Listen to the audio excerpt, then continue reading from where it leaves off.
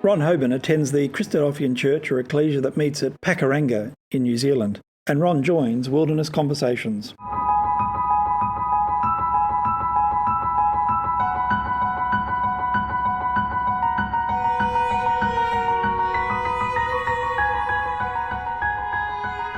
Ron, thanks very much for joining Wilderness Conversations. Hi there, Steve.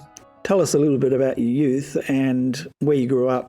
Okay, so I grew up in a very small country town in New Zealand, Pakuranga, fairly isolated, but I was born and bred, as a Christadelphian. So, attended the meetings from when I was young, but the nearest meeting was about an hour away, so it wasn't regular.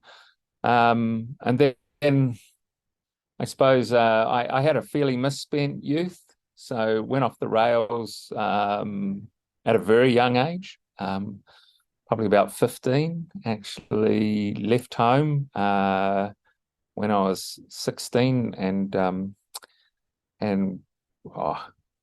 drifted a long way away from my roots, I suppose, and spent a few years fairly much in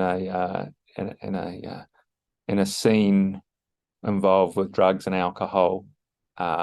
Leaving home at 16, what sort of things does a 16-year-old do when they're out on their own with presumably no money or direction? So I had a job. So I started off working on a share milker's farm, and then I moved to the big smoke of Hamilton, which was the nearest city, and I got a job with an engineering company.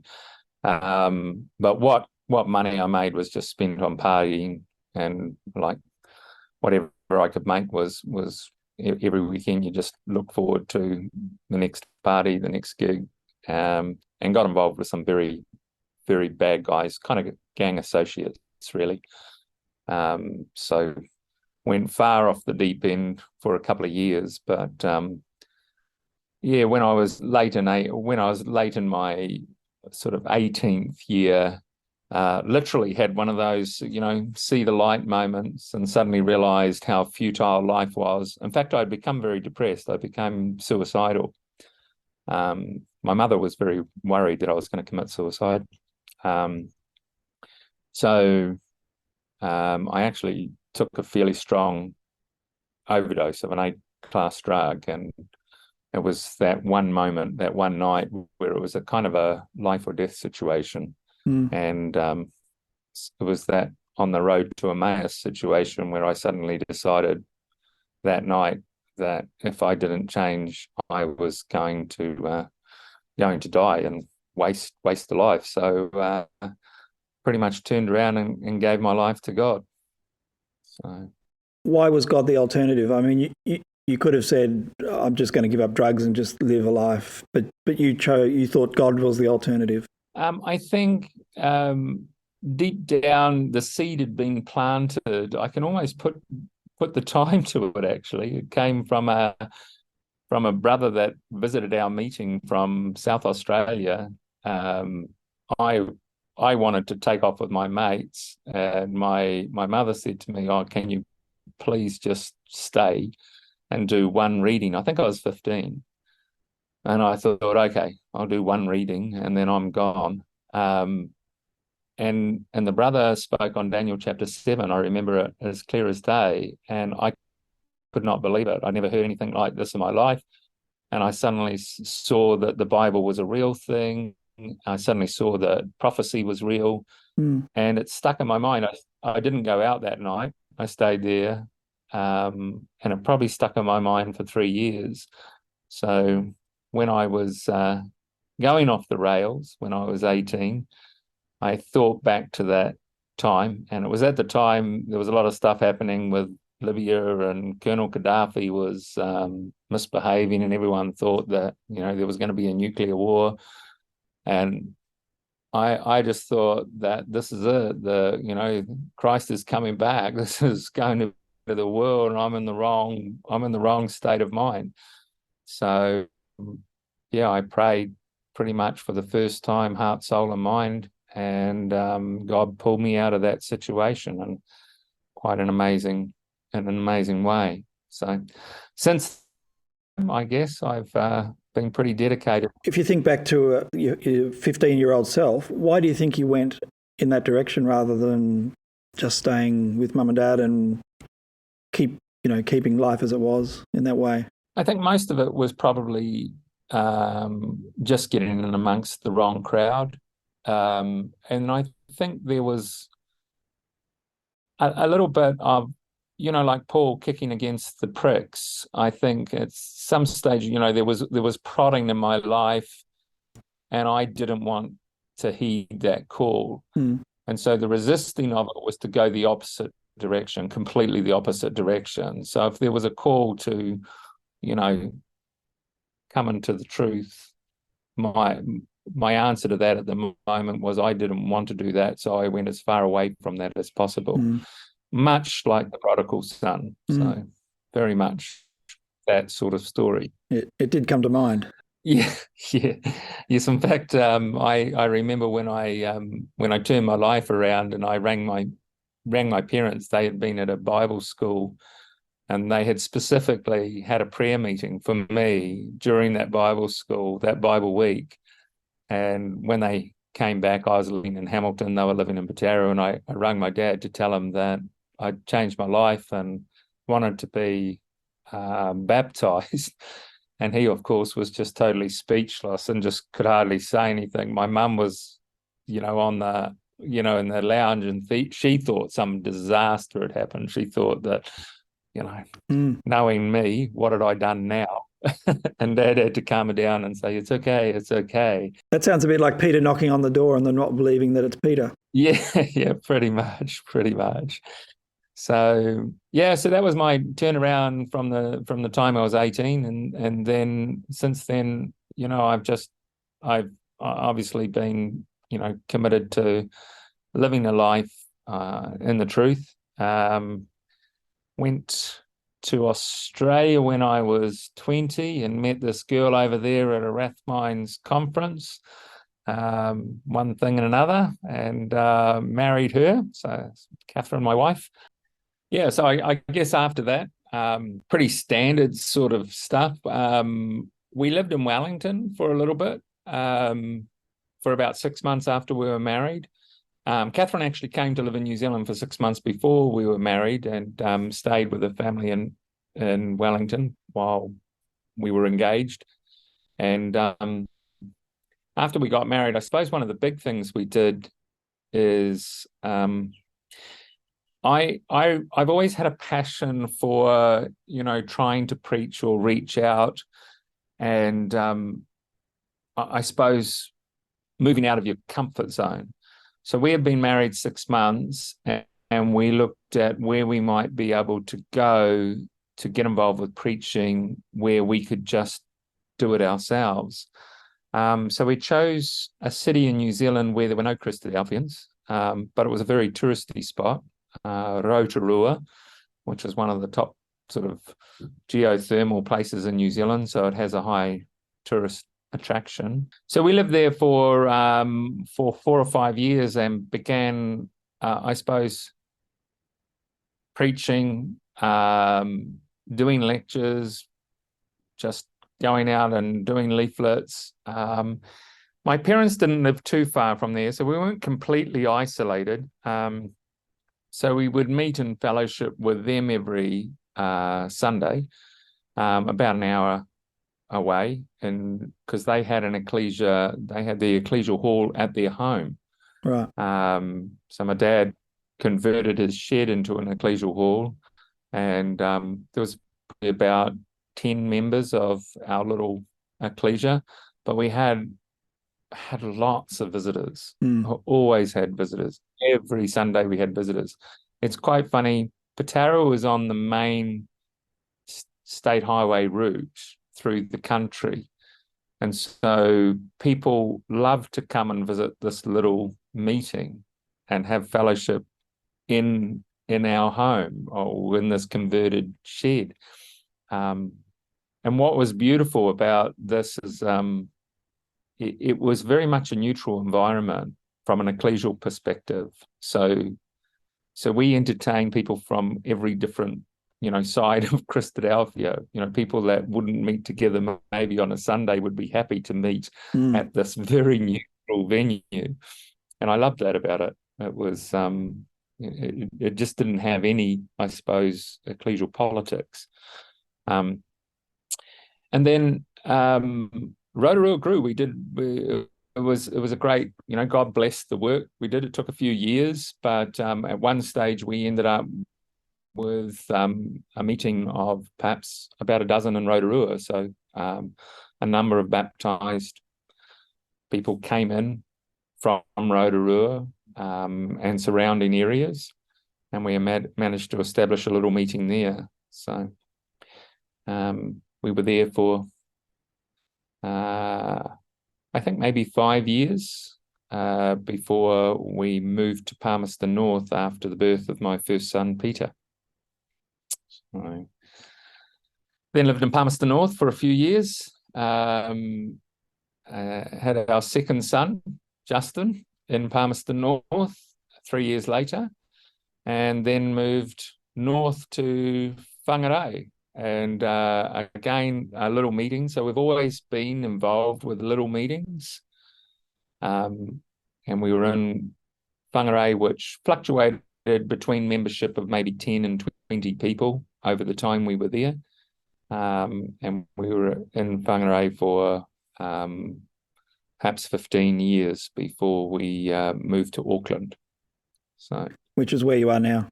Which is where we are now. So not right now, because right now you're in Pakistan. So obviously at some point you got interested in preaching outside of your own country. Yeah, I've always had a bit of a passion. I years ago, before I met Catherine, I had planned to go to India. My dad had been to India. Some friends of mine had been to India. And I wanted to go to India, and I had set things up with Brother Tim Galbraith. But then, of course, I got engaged, and I decided at the time that maybe doing missionary work in India at that stage could be put on hold for a while. But I always had that passion. So in 2010, 13 years ago, again, there was discussions about me doing a Bible school in India, and I talked to Tim, and Tim said, "Look, I can't do the Bible school in India. We've already got some speakers there, but I have a real need for somebody to go to Pakistan. Would you be interested in going to Pakistan?" So I knew nothing about going to Pakistan, and but I was excited by the prospect. And at the time, we were going through a real challenge from a business perspective. We had our own business, which had grown to a big business, too big. And then the GFC happened, and our empire, if you like, was crumbling down. And I felt I needed to really get spiritual perspective on my life. And some might have said it was the worst time, but for me, I was thinking it was the best time to go. And I went with that in mind, that, everything was crumbling down in my world from a worldly financial thing. And I thought I just needed to get some perspective, and that's why I wanted to go to Pakistan. So I accepted it and went to Pakistan, and it is definitely the single biggest life-changing point in my spiritual life in the Lord. So you did a Bible school there? Yes. So there was a Bible school, the very same one that I've just come back from. So it's up above Islamabad. You kind of drive for about 3 hours straight up into the base of the Himalayan mountains. Very elevated area, 2,500, 3,000 feet above sea level. Much cooler than it is down in here in Islamabad. And at the time, there was I think 180 180 people booked into the Bible school. That's all it could take, the Bible week. But they managed to cram in another 20 or so by clearing out the dining room and everyone sleeping on the floor of the dining room. So they managed to squeeze in 200.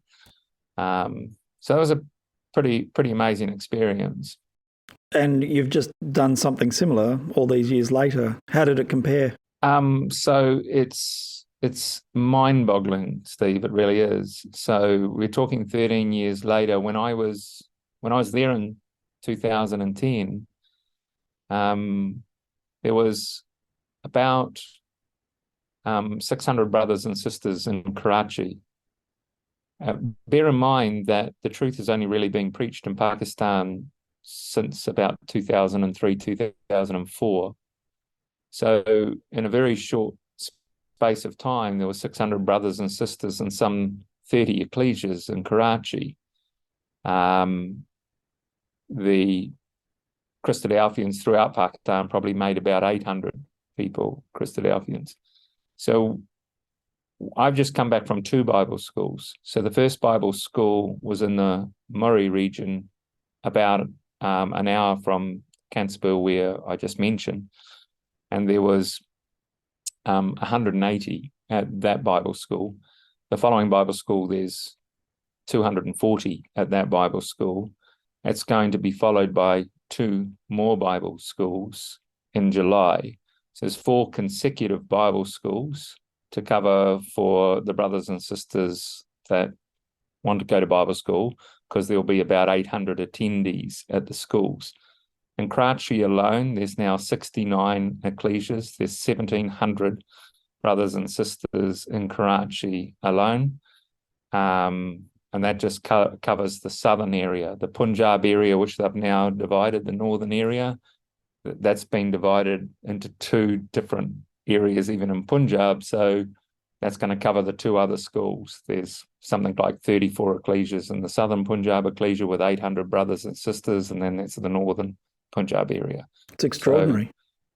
So, absolutely extraordinary. So the truth is just growing like exponentially. And from the time you arrive, you feel like these people, their entire life is their faith and their Christadelphian family. Their connection to this is everything they have. So when you arrive, you are just enveloped into a family. It's kind of mind-boggling. You just, and they have nothing, but they constantly want to give you anything. You've got to be very careful, because if you turn around and say, "Oh, that's a nice pair of sunglasses," it's like, "Here, brother, you have it," and then you're like, "No, I just wanted to comment. It's nice." No, you have it, brother. Right. So they just want to give you and share with you. So it's a pretty amazing experience. Do you get a sense of why that is? Why is the truth received like that in Pakistan? As what's the difference between Pakistan, New Zealand, Australia? Well, I think it's black and white in terms of, what the truth is about. When you don't have materialism, because you don't have things, and everyone is pretty much in a similar boat in terms of where they stand. It's a very poor country. And then the other thing is it's essentially 98% Muslim. So, it is a country which has a lot of danger attached to it, because being a Christian minority with only 2% Christians in a Muslim country, there is a lot of targeted persecution. So when they travel in and around, they are very conscious of the safety and welfare of each other. So for instance, they will be, no one travels in and around Pakistan without having almost like a prayer group, a warrior group that will be there to pray for other people before they travel, right, during their travel, after their travel. Just last night, the brothers and sisters are still traveling back from Islamabad, and a brother rang me and said, "Can you say a prayer, brother? We've just started our journey? Can you pray for our safety? Can you pray, for our comfort in this travel? And that's just constant. And it's not said like we would, say a prayer at a meal table, give thanks for food. This is a serious, genuine prayer from the heart because of things that have happened in Pakistan to a lot of brothers and sisters, and they know it's a dangerous place. So the danger is very real and recognised. Yeah. The only thing I can really liken it to is, the truth took off in the first century because of Saul's persecution. If it wasn't for Saul's persecution, the truth wouldn't have grown. But because of the persecution of Saul, they were scattered abroad. And the intensity of that persecution actually made the numbers grow exponentially because people trusted in God, and God was able, and this was why it was the work of God. So when you look at Pakistan, you can see, faith at its core. So is it Muslim people that are converting to Christianity, or are the people that are sort of neutral, or maybe other Christians already, other denominations? 99% is Christians and other denominations coming into the truth. It's illegal to preach to Muslims, so there are very few Muslim converts that have come into the truth. And those that have live in an extremely high-risk situation because basically converting from Islam carries the death penalty, and they're is that right?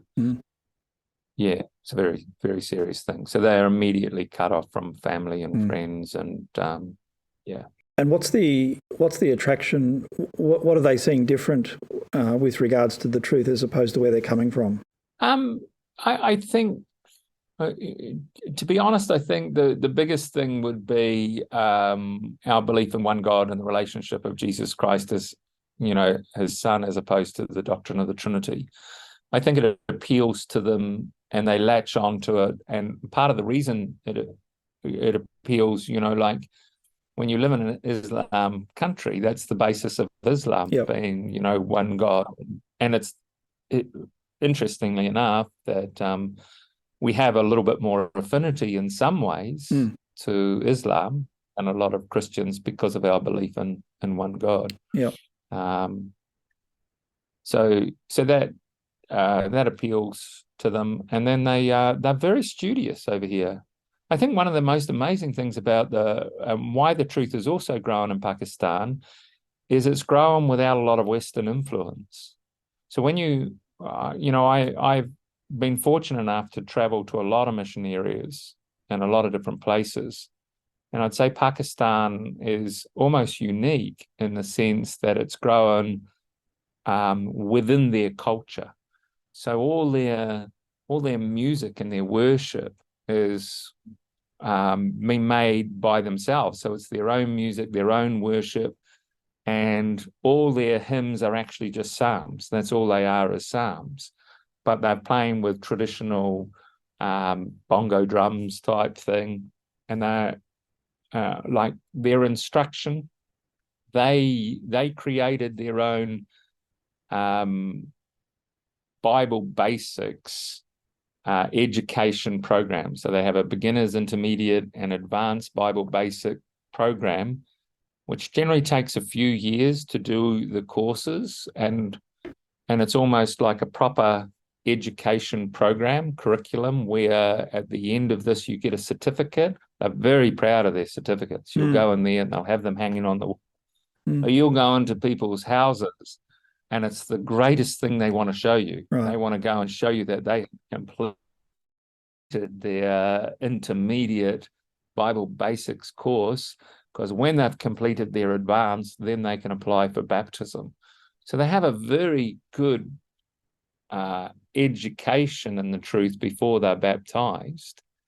And then they're encouraged after they're baptized to go and set up Bible basic schools in their own areas to preach. So it's a brilliant structure. So they're reasonably self-sufficient, or do they require support from other brethren and sisters in other parts of the world? I think the ACBM provides, significant support, especially for things, in terms of the preaching work, a lot of printing materials. There was, the opportunity to purchase wide margin Urdu Bibles for people that have come in. So there's a lot of sponsorship for that. The courses, obviously the Bible weeks, a lot of sponsorship to be able to come in and do the Bible weeks, right? Because they're a big highlight, obviously, highlight of the year for them. So. And what about language? You're there giving Bible talks. Is that translated, or do most of them speak English? So limited English. So there'll be a few that have understanding of English.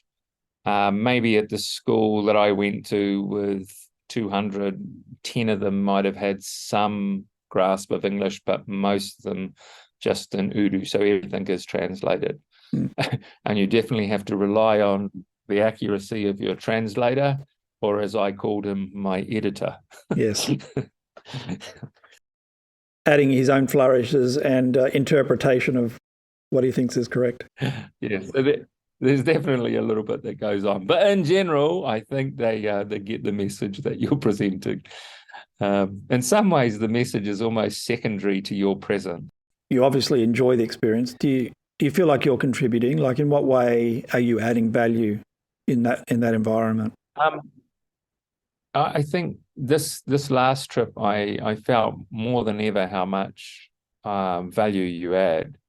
The connection, so the family connection to people after so many years was emotional. It was very, very emotional when I turned up this time. So many of the brothers and sisters that I'd met in 2010 and then again in 2013 and hadn't seen for 10 years.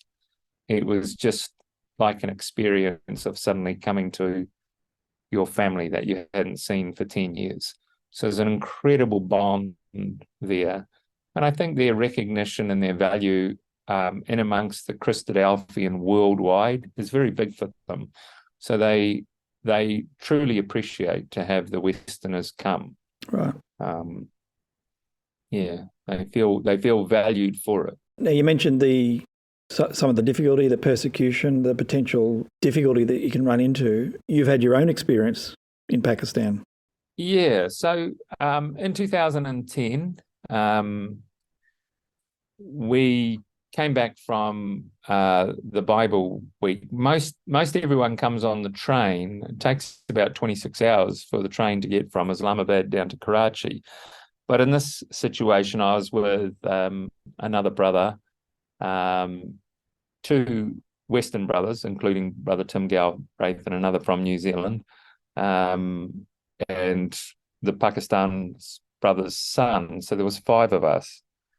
And we came back to Islamabad, and we were heading back to this brother's apartment in Karachi.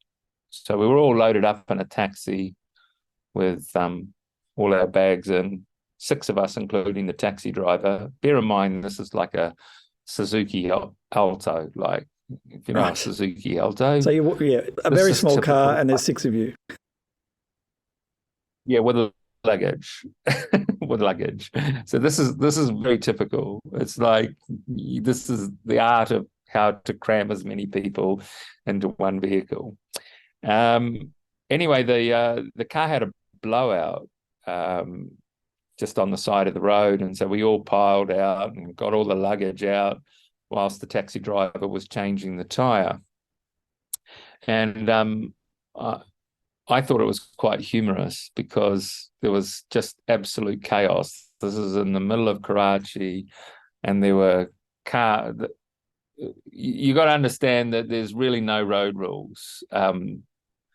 Lanes are painted there for decoration, and going one way or the other, so there was just cars and buses and auto rickshaws just swerving around us everywhere as this taxi driver's changing the tire. So anyway, I pulled out the camera to take a couple of photos of what I saw as quite a humorous event. didn't end up to be quite so humorous. A few moments later, a guy in civilian clothes came up to me and demanded that I give him my camera. And I said, no, I'm not going to give you my camera. And he said, give me your camera. So we got into a bit of a tussle that I was definitely not going to give him the camera, until I looked at the Pakistan brother who actually had real concern written all over his face, at the same time saying, it'll be all right, brother. But his face and his words were, not matching at all. So anyway, I gave the camera, and it turned out to be a military officer. And we happened to be standing outside a military installation, which I hadn't even noticed. Right. And that's when I turned around and looked and noticed the sentries posted on the towers with their Russian Kalashnikovs pointing our way. And I thought, oh, right. All right. So you're taking photos. Yes, you're most welcome to have my camera. So we waited there for about an hour as they went away and checked out what was on the camera, and then they asked for our documents. So we gave them our passports and everything. And I thought, it's pretty innocuous. All I was doing was taking a photo of a taxi driver. Nothing bad can really happen here. But it was like 36 degrees. It was 11 o'clock in the morning, real high humidity, and we were just standing there slowly melting. And eventually they came back out, and the officer suddenly had 4 or 5 more officers with him, now dressed in uniform, and they said, come with us. And so we walked to the entrance of this military compound, and they said, turn around and face the wall. And the next thing you know, they came out with blindfolds, sack over the head, handcuffs, and then they put us into some cars, and they took us away to an undisclosed military location, maybe about half an hour away. So you can imagine this was fairly much the scariest thing that has ever happened in my life. What's going through your mind? I tell you what was going through my mind, actually. I wish I hadn't read the English paper on the plane on the way back from Islamabad, because there was a story in the English paper about a German girl and her father who had arrived in Islamabad and got picked up by the military in Islamabad at the airport, and then they ended up being sold as political assets to the Taliban, and she had escaped 10 years later to tell her story. So this was the article that I had read on the way back from Islamabad. So yes, what was going through my mind was not good things. I was thinking, what is happening here? There was so much corruption in 2010. Incidentally, it's nothing like that now. It really isn't. 2010 wasn't a great time in terms of the amount of corruption that existed and the amount of, I suppose, connection between the military and I don't know. Of course, the war in Afghanistan's raging at this time as well. Yeah, and probably that's taken the heat off things that are happening in Pakistan. For instance, when I was there in 2010, up in those areas, we did see a lot of Taliban fighters coming through the villages. Never saw anything. Never. In fact, we were very safe and secure this time. But anyway, they took us away to a compound, and we were sat in the middle of a courtyard for probably somewhere around 6 or 7 hours, and then interviewed independently. We never had the blindfolds taken off or the sack removed or the handcuffs removed during that time. And it was a very intense, almost psychological torture because we were almost passing out. It was so hot with the sack over your head, flies coming up inside the sack, and all of a sudden going through moments of anxiety. But at some stage, through that whole process, I prayed and prayed and prayed. And I think some stage through that process, I let go to be able to say, whatever happens will happen. And I'm okay with it because it's God's will. And I felt surprisingly safe that this was okay. God was going to look after this situation. And then obviously they ended up letting us go after 6 hours, and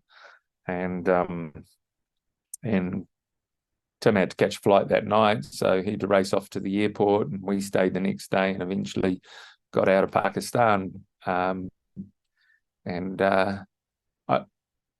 think the life-changing point of this story was it really did put life in perspective for me. All the things that I worried about that was happening at home, the things within my family, the things within my business, suddenly comes down to this one moment in time. And then you almost feel, well, life's a bonus. Yeah. Our existence here, it doesn't matter. At some stage, Christ is going to come back. We're all going to die anyway. That moment's coming for everybody. And I just faced it a little bit earlier. I looked death in the eye, accepted it. And since then, things have been different in terms of my perspective in life and the truth. Do you actually feel like you've been given extra time? Like, is that how you look at it? How do you look at your life now? In some way. Yeah, in some ways, I think that's it. I look back and think, well, that could have been that moment, but it wasn't. And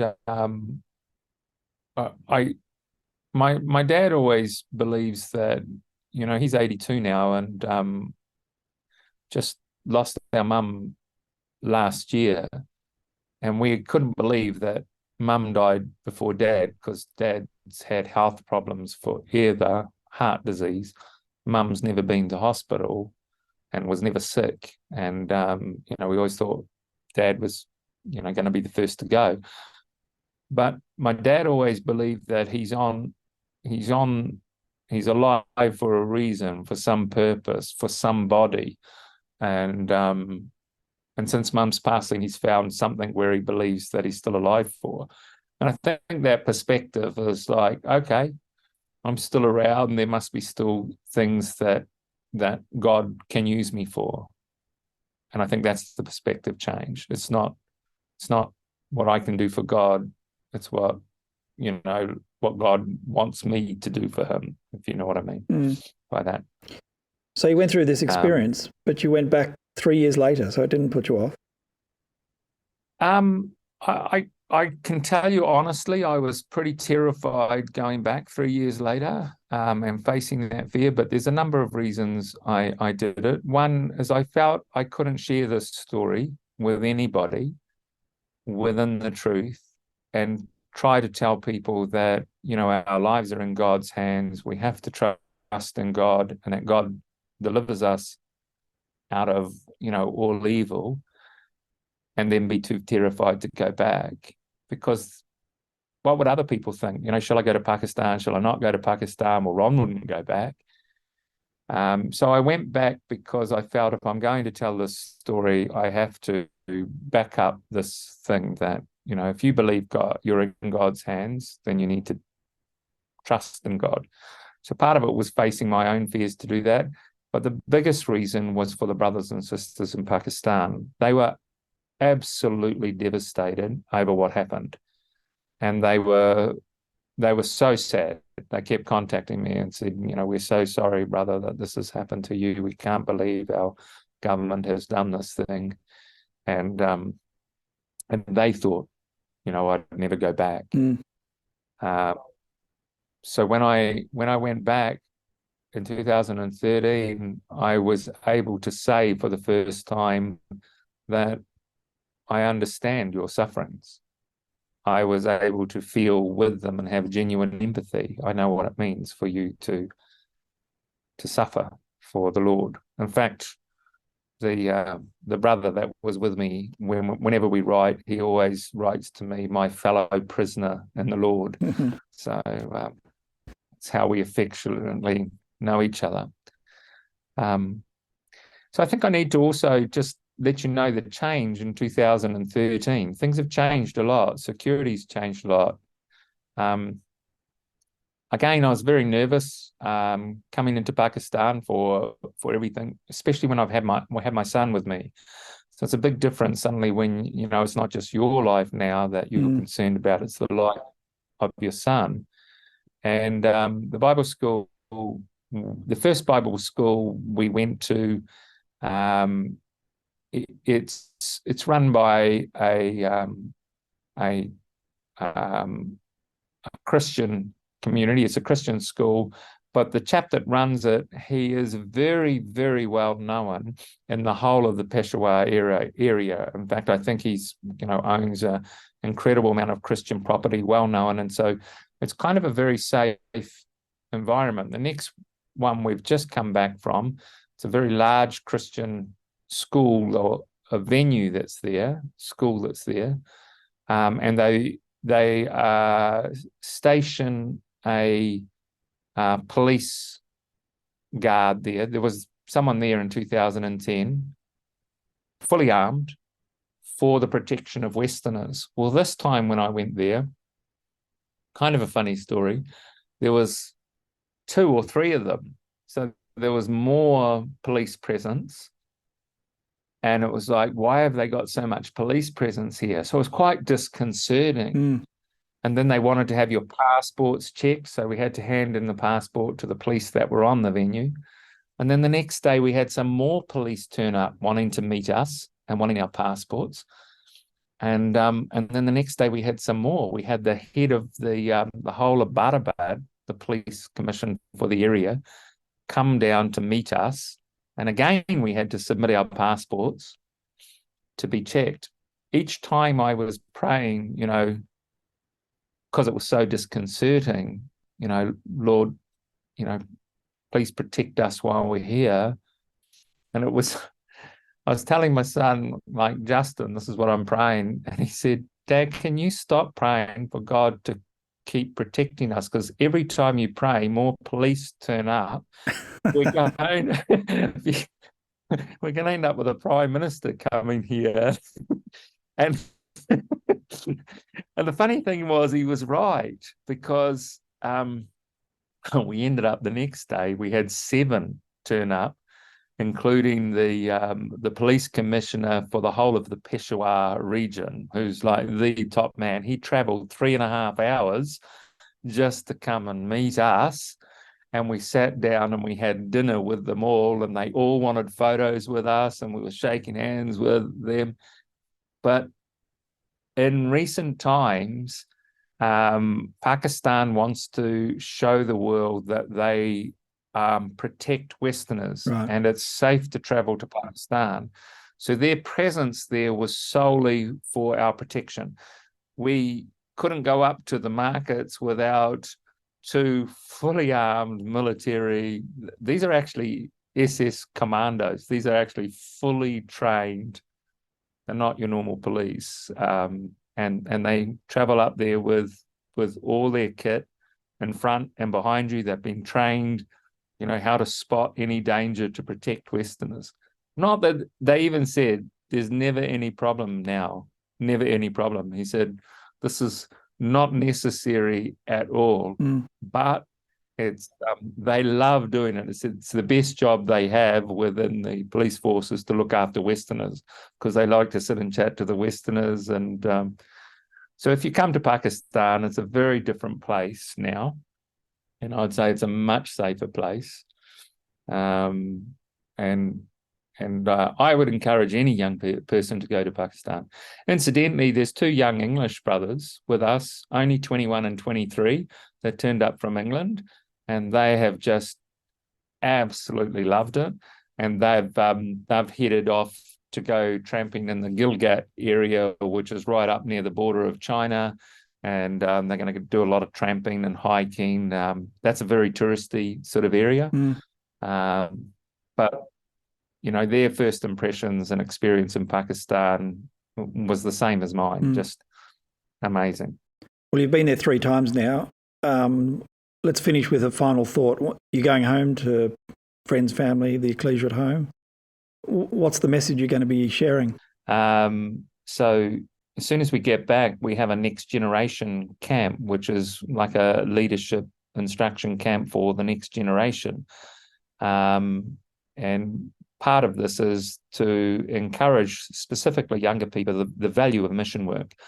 So the value of mission work and getting out there and doing this is not just for the people in the mission areas. They truly value Westerners coming over and being involved, but it's also for the personal development that you will get, the benefit you'll be able to get to be able to put life in perspective.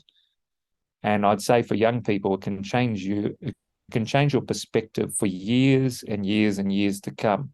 It's something to always go back to and think, what is it that we really value in life? And then the next thing for young people is their involvement within their own home ecclesias, to understand that the truth can be lived and experienced in a completely different cultural environment, completely different types of worship, completely different types of praise. But the essential part of it is our common faith in the Lord Jesus Christ. And knowing that, we are one body of some extremely diverse parts. So my message to come back for young people is take up the mantle, go and give it a try, experience it. The more I've experienced mission work in other places, the better it's been in terms of my perspective in ecclesial life in my own home environment. Ron, thanks very much for joining Wilderness Conversations. That's all right. Thanks, Steve. God bless.